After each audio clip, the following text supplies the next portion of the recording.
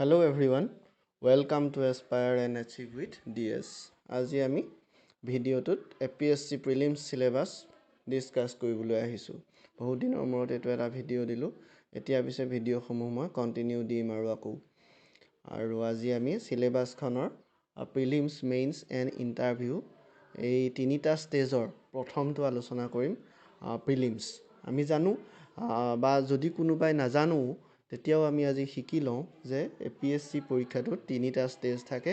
সেই তিনিটা ষ্টেজ অতিক্ৰম কৰিলেহে আমি APSCৰ চাকৰি পাম। তাৰমানে প্ৰিলিমছ থাকিব প্ৰথম ষ্টেজ, আৰু প্ৰিলিমছ পাছ কৰিলে আমি মেইনছত যাব পাৰিম এপিয়াৰ হ'বলৈ, আৰু মেইনছ যদি পাছ কৰি দিওঁ আমি ইণ্টাৰভিউলৈ যাবলৈ সুবিধা পাম। আৰু তাৰ ভিতৰত যদি মাজৰটোত আমি বেয়া কৰি দিওঁ বা শেষৰটোত বেয়া কৰি দিওঁ, পৰীক্ষাটো আমাৰ বেয়া হয়, তেতিয়া আমি ঘূৰি আকৌ প্ৰিলিমিনেৰীৰ পৰা আহিব লাগিব। সেইটোৱে হৈছে APSC এক্সামিনেশ্যন। গতিকে আমি মাজত ক'তো বেয়া কৰিব নোৱাৰিম। বেয়া কৰিলে আমি পুনৰ আগৰ পৰা উভতিব লাগিব, আমাৰ সময় বহুত লাগি যাব। গতিকে আমাৰ প্ৰিপেৰেশ্যন ভাল হ'ব লাগিব। এইখন সিলেবাছ প্ৰিলিমিনেৰী সিলেবাছখন দুটা পেপাৰ থাকে। প্ৰথমটো পেপাৰ হৈছে জেনেৰেল ষ্টাডিজ পেপাৰ 1, আৰু পিছবেলা এটা পেপাৰ হয়, পৰীক্ষা হয়।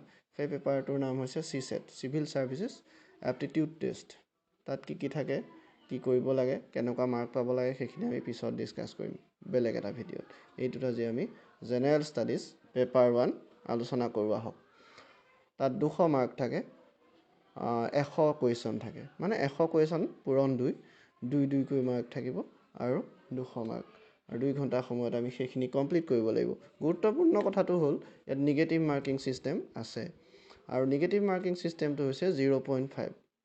গতিকে আমি সাৱধান হোৱাটো উচিত। বহুত গুচি যাব আমাৰ, শুদ্ধ উত্তৰৰ পৰা কাটে নিগেটিভ মাৰ্ক থাকিলে।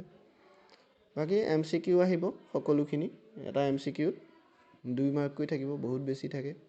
গতিকে আমি মন দি সকলোখিনি কৰি গ'লে আমি পাছ কৰাটো নিশ্চিত। টপিক দেখিছোঁ আমি পেপাৰখনত 7টা টপিক আছে।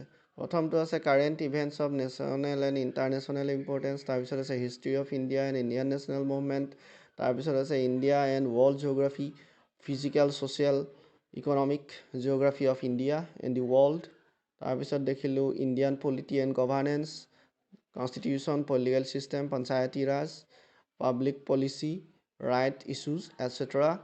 তাৰপিছত দেখিলোঁ economic and social development, sustainable development, poverty inclusion, demographics, social sector initiatives, general issues on environment, ecology, biodiversity and climate change. তাৰপিছত দেখিলোঁ জেনেৰেল ছায়েন্স। এই বিভিন্ন টপিকৰ ভিতৰত কেইটামান পিছে বৰ গুৰুত্বপূৰ্ণ টপিক আছে, তাৰ পৰা কুৱেশ্যন বহুত বেছি পৰিমাণে কুৱেশ্যন আমি দেখা পাওঁ। প্ৰত্যেকটো টপিকেই কিন্তু ইম্পৰ্টেণ্ট। কুৱেশ্যন য'ত বেছিকৈ দেখা পাওঁ কেতিয়াবা সেইটোহে ক'বলৈ লৈছোঁ। প্ৰথমটো যেনেকৈ কাৰেণ্ট ইভেণ্টছ, কাৰেণ্ট এফেয়াৰ্ছৰ ওপৰত বহুত কুৱেশ্যন দিয়ে। প্ৰায়খিনি টপিকেই ইয়াত কাৰেণ্ট এফেয়াৰ ৰিলেটেড কৰি দিয়ে। History of Indian national movement, সেইটোও গুৰুত্বপূৰ্ণ। তাৰপিছতে ইণ্ডিয়ান ৱৰ্ল্ড জিঅ'গ্ৰাফী, সেইটোৰ পৰা দিয়ে বাৰু। তাৰপিছত গুৰুত্বপূৰ্ণ টপিক এটা দেখিলোঁ ইণ্ডিয়ান পলিটি এণ্ড গভাৰ্নেন্স। তাৰপিছত দেখিলোঁ আমি general issues on environment, ecology, পৰিৱেশ সমস্যা। এইটোতো এতিয়া বৰ্তমান জ্বলন্ত সমস্যা, গুৰুত্বপূৰ্ণ। তাতে APSCত প্ৰশ্ন আহিবই, এইটো স্বাভাৱিক। জেনেৰেল ছায়েন্স আহে, ছায়েন্স এণ্ড টেকন'লজি ফিল্ডটো বহুতখিনি প্ৰশ্ন আমি দেখা পাওঁ, কাৰণ কাৰেণ্ট এফেয়াৰ্ছৰ লগত ৰিলেটেড হৈ যায়। গতিকে এইখনেই চিলেবাছ, আৰু এইখন চিলেবাছৰ বহুত, আৰু তাৰ তলত এটা দেখিছেনে, বোল্ড আখৰত লিখা আছে, note 30 to 35% questions in general studies paper 1 will be related to Assam. মানে অসমৰ লগত জড়িত 30 to 35% এই পেপাৰখনত আহিবই। যেনেকৈ স্বাধীনতা আন্দোলনখন কথাটো যদি আহে পৰীক্ষাত, তেতিয়াহ'লে অসমৰ লগত জড়িত টপিকত প্ৰশ্ন সোধাটো মানে চান্স আছেই আৰু, কাৰণ ইয়াত লিখিয়ে দিছে। যেনেকৈ চিপাহী বিদ্ৰোহে আহিল, চিপাহী বিদ্ৰোহত অসমৰ ভূমিকা আহি যাব পাৰে, মণিৰাম দেৱানৰ ভূমিকা আহি যাব পাৰে, তাৰ ওপৰত MCQ দি দিব পাৰে। গতিকে চিলেবাছখন এনেকুৱা, আৰু ভাবিছোঁ সকলোখিনি মই ডাউট ক্লিয়াৰ কৰিব পাৰিছোঁ, আপোনালোকৰ বুজাত সহায় কৰিব পাৰিছোঁ। কিবা যদি নাই বুজা কমেণ্টত জনাব, মই পিছৰ ভিডিঅ'ত জনাই দিম আপোনালোকক। আৰু তেতিয়ালৈকে গুড বাই, বাই বাই, আকৌ লগ পাম আমি। ধন্যবাদ।